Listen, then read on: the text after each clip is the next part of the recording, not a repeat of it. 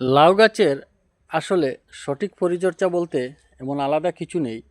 এই যে লাউ গাছের গোড়ায় এই যে পাতা যেগুলো আছে, এই যে পাতা, এগুলো আপনারা কেটে ফেলবেন। লাউ গাছের গোড়ার এই যে পাতা, এগুলা কেটে ফেলবেন।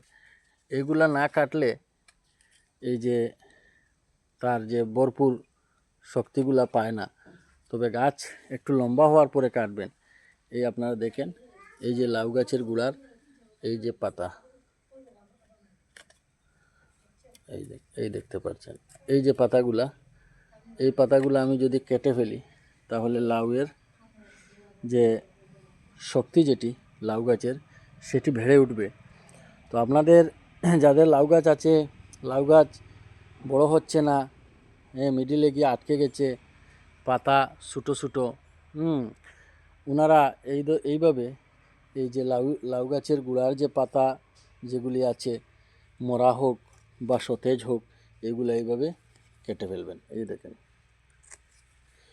এইভাবে কেটে ফেলবেন, তাহলে লাউ গাছ শক্তি পাবে, তাড়াতাড়ি বেড়ে উঠবে।